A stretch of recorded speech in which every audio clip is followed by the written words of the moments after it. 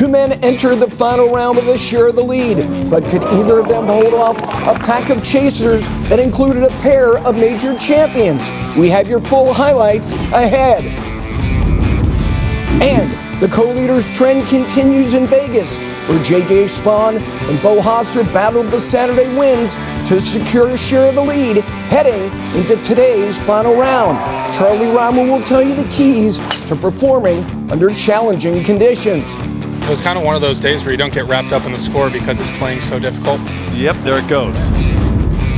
Plus, the most interesting golfer on the planet couldn't close the deal against Bernhard Langer last Sunday. He has secured a prime spot heading into the Schwab Cup Championship. He will join us live to tell us how he plans to wrestle the cup away from Langer, who has won it in 3 straight years. That'll get your heart thumping, won't it?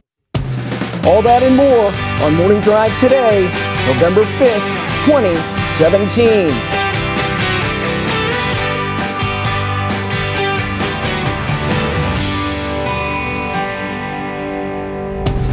And a very good Sunday morning. Welcome inside Studio AP. This is Morning Drive, and if you thought you stayed up until 2:30, you didn't. You just stayed up until 1:30. Right. It feels like it's noon. I Good know. morning, Carl Robinson. I did it. Oh, I did it. there we go. The first mulligan I need. It's Carl okay. Banks. It's okay, I'll let you off, Garrett. Charlie Reimer. I hate that I did that. That It wasn't extra- even a month. That extra hour's affected you, but it's It all good. has. I was Cara Robinson, still the same person, now Cara Banks, but yes, well rested after daylight savings kicked in. But oh my goodness, we have just come off some pretty incredible golf, so let's get to it. The final round of the Turkish Airlines Open has been completed over in Antalya, Turkey. Despite an early suspension in play due to a threat of lightning, tee times were delayed by 40 minutes ahead of a dramatic final day. The two overnight co-leaders fell away, but let's get to the highlights of who did make a run for the trophy, and we'll start with South African Charlie Dylan Fratelli. Won earlier this season, this his second at 6. Well, Mrs. Banks, this is a heck of a shot right here, and we're going to take a closer look at that coming up with some watch and learn. But he actually holed out 3 times on the front 9. Well, Mr. Reimer, that was his third birdie in a row, second straight chip in. He also chipped in at 5 to get him to 13 under. More magic here at 8. Yeah, that one a little bit more difficult than the other one. That one went in with a little bit of speed. I don't think it would have been within 4 or 5 feet, and he knows he maybe got away with one. Yeah, that gave him the lead at 15 under. Poor Drake Harrington, now this, aggressive at 10. Yeah, he had a nice clean lie off of the pine straw, and he's trying to cut that hybrid. I don't like trying to cut a hybrid. I think those are clubs that are designed to hit a draw.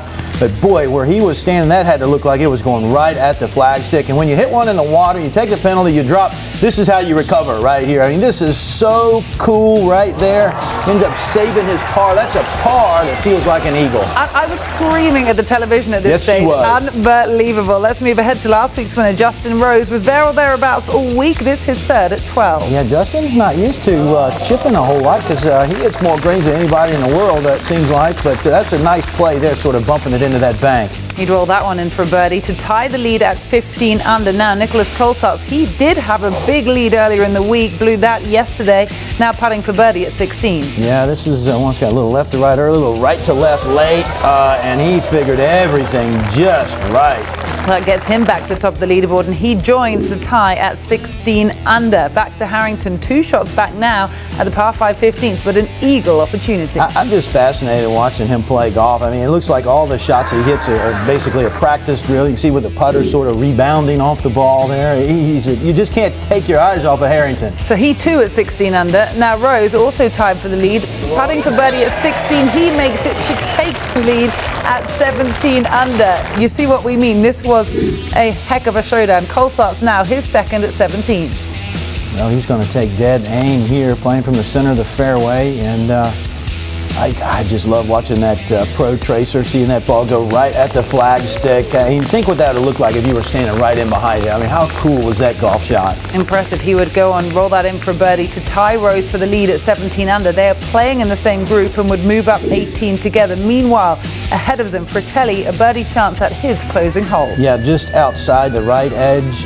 Pay attention to that putt because we're going to see another player with that same putt coming up in a moment. But at that point in time, he had to feel good about his chance of getting the playoff. He probably thought that was enough, but don't count out Justin Rose. Clutch birdie putt at 18 for him to post 18 under And in final round 65, Colsaerts there the opportunity to match. Yeah, almost the same putt that Fratelli had, just a little right to left in it. From his reaction, looks like he maybe hit it right where he wanted, maybe just a little bit of a misread there. Nice effort to catch Rose. You can see the disappointment on his face. Hasn't won since 2012. Padraig Harrington now all or nothing. He needs to hole out from the fairway at 18 to force a playoff. And knocking this in to get in the playoff wouldn't have been the craziest thing we've ever seen Harrington do. Good effort. Confirmed. Justin Rose is your winner of the Turkish Airlines Open, straight on the FaceTime with Kate Rose, I'm sure. After birdieing 3 of the last 4 holes, Justin Rose closed with a final round 65 to become the first person in history to win the week after capturing a World Golf Championship after he won the WGC HSBC Champions last weekend. So yes, the Englishman has gone back-to-back to claim his 11th European Tour title, including that Olympic gold last year. You look at the leaderboard though, and it was such a close call for the likes of Nicholas Colsaerts, Dylan Fratelli, both needing, in Colsaerts' case, wins on the European Tour. But we said it all week long, Charlie, when Justin Rose is on the leaderboard, you can't count him out. You know, this golf that he's playing right now, the only thing that surprises me about it is he doesn't play this kind of golf more frequently.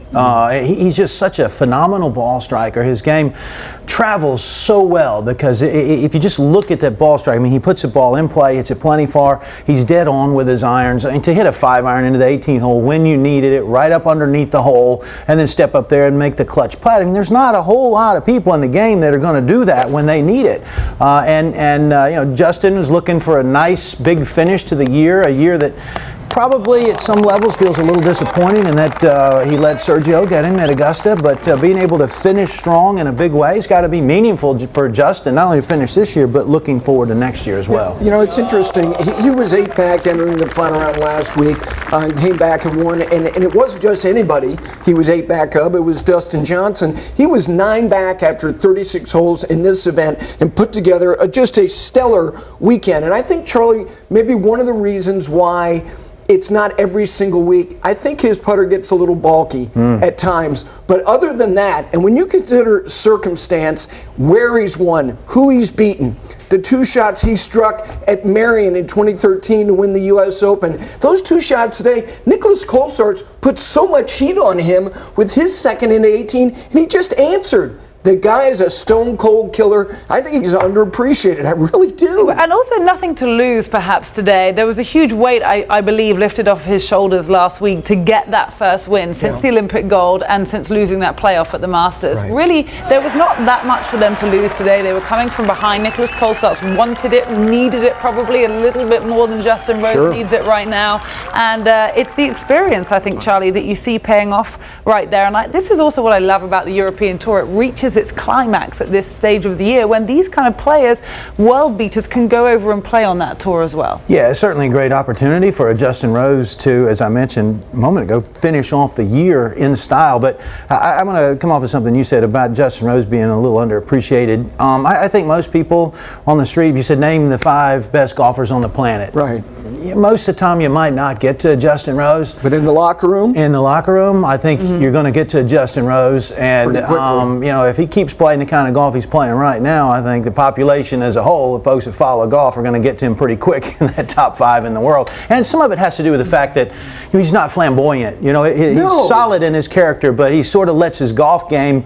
dominate everything he does. If he were a little more flamboyant, you know, with his personality, then I think maybe he might be on a few more radar screens than he currently is. Yeah, I think that's accurate. I think he's one of the most dignified gentlemen in the game. We're lucky to have him. What else is happening now? Well, the PGA Tour has been in Las Vegas all week. JJ Spaun looking for his first title, as is that young man, Bo Hosser, their co-leaders. Hosser put together a round in extremely difficult conditions to allow him to be a co-leader heading into the final round. It's a lot of pressure. Obviously, JJ Spaun has been out there. He's 27 years of age. Bo Hosser has kind of been in golf's public consciousness since 2012 at the U.S. Open. We'll get to that a little bit later on.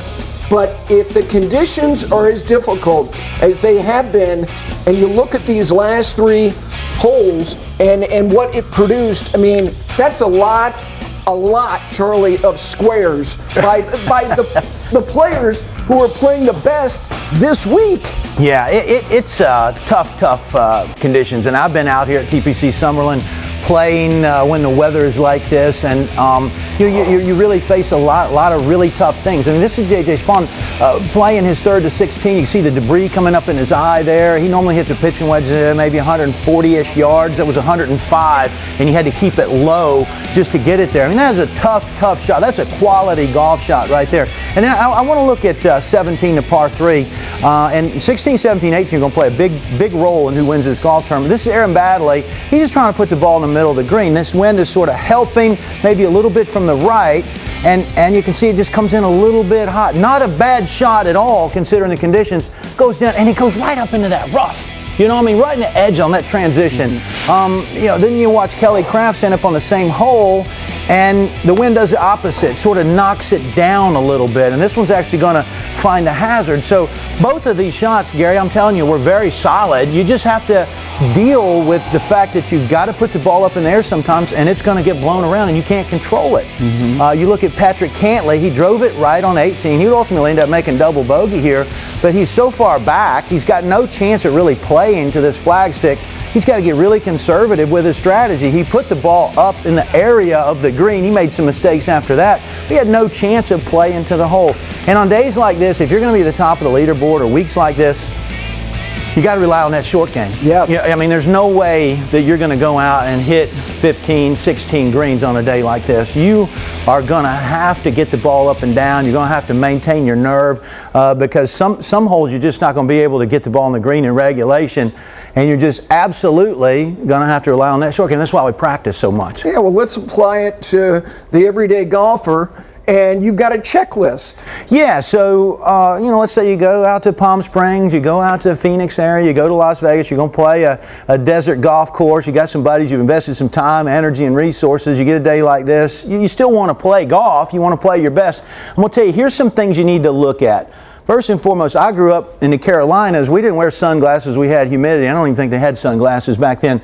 But invest in some sunglasses. Not only does it help early morning and late with the glare, with being able to see the golf ball, but on a day like this, you got all sorts of debris flying around, and some of that stuff can get in your eyes. So if you learn to play with sunglasses, junior golfers in particular, learn to play with sunglasses. There's some long-term eye health implications to that as well that'll help you out a little bit. And then the old Jack Nicklaus, that taking the intermediate target. Today, watch for this on hole 16, the tee shot, the second shot, even the third shot, and then 18 also plays dead into the sun. You got to get in behind that ball, and you got to find something on that line up in front of your golf ball, anywhere from 2, 3, 4, 5 feet, and focus on that, because when you start looking up into that sun, you're going to lose it. You've got to find this spot right here, because you're not going to find that spot. And here's what's really critical. If you and I are playing, and I get caught up in, oh, where does that golf ball go? And I come out of the shot really easily. So I say, hey, Gary. We don't have markers. I say, right, don't have a caddy. I say, Gary, hey, you help watch my ball, and I'm going to help watch yours. That's perfectly legal, no problem at all. That'll help you stay in that shot. That's being courteous. A little bit. And then when the wind's gusting like that, you have to commit to 50% swing. I mean, if you get in there, and it's human nature, especially a hard thing. Oh, especially into the wind, and you got water, you know, all of a sudden you start hitting that, you start pulling on that club, you're going to hit off center, it's going to spin, it's not going anywhere. You've got to think, okay, I'm going to take a 50% swing here, I'm going to get it in the center of the club face, ball's going to fly a little bit lower, less spin. That gives you your best chance to hit a good shot. Conservative strategy. Find the widest area to play to, and play to the middle of it. And realize that, hey, I'm going to make some bogeys today, and that's fine. I just don't want to make doubles, triples. I don't want to make big numbers. Be very conservative with your strategy. And back to that, relying on your short game. You know, if you spend a little bit of time practicing that short game all the time, it's days like this or weeks like this in the case of PGA Tour players where it really pays off. You got to rely on that short game, and tough days it'll carry you through. Yeah, consider the fact that the elite players in the world, 14 of 18 greens hit in regulation is a good ball striking day. You can cut that number maybe less than half, 7, 6, 5. So if you're only hitting 5 greens, you better have a reliable short game. Absolutely. Okay, let's go back over to Cara. All right, guys, so let's get to what else is happening. And for the first time this season, a member of the LPGA Tour has defended her title. With the final round 4 under par 68, Chan Shan-fung captured her second straight Toto Japan Classic for her 8th career title, but her first in wire-to-wire fashion. Meanwhile, Anna Nordqvist made a hole-in-one early in the round and would take 3rd place for what is her 6th top 10 finish of the year. Part of a group, though, who finished tied for 5th was 14-time LPGA Tour winner Lydia Ko, who is still yet to capture a victory in 2017, and Minjee Lee, who locked up her 10th top 10 finish of the season as she heads into next week's Blue Bay LPGA as the defending champion. Gary?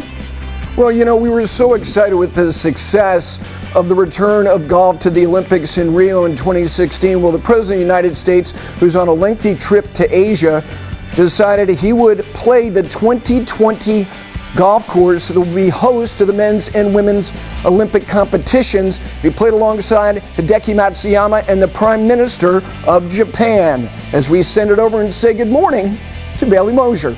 Good morning, Gary. Yes, and happy Sunday to everyone out there at home. It's time now for the T-Sheet. What's coming up the rest of the way today? We're with you till 11:30 a.m. Eastern Time. So in addition to the golf action today on Golf Channel, we have a feeling that maybe one of your screens or devices will be tuned into some football at some point today. So we're going to revisit Matt Janela's journey to the Dallas Cowboys Golf Club in Grapevine, Texas, and he's going to empty the mailbag. So send him your questions using the hashtag AskMattyG. And we'll be serving up questions of our own to golf's most interesting man when he joins us live later this morning. That's right, the mechanic. He has a mathematical chance to win the Charles Schwab Cup next week. So we're going to get the details of how he's preparing to wrestle that cup away from Bernhard Langer. And Las Vegas native AJ McInerney, he was at the Route 91 Music Festival shooting just over a month ago. He's been giving Vegas something to root for this week. He received a sponsor's invite into the Shriners Hospitals for Children Open. He made the cut and he is playing well. So we're going to have more on his heartwarming story coming up throughout the morning. But Gary, back over to you. Bailey, no doubt about it. It is a lot of sadness, but powerful, the heroism that young man showed. Absolutely. A lot of healing needs to be done, and he's helping. Yep. Hopefully this is part of that process. Just getting started on a Sunday.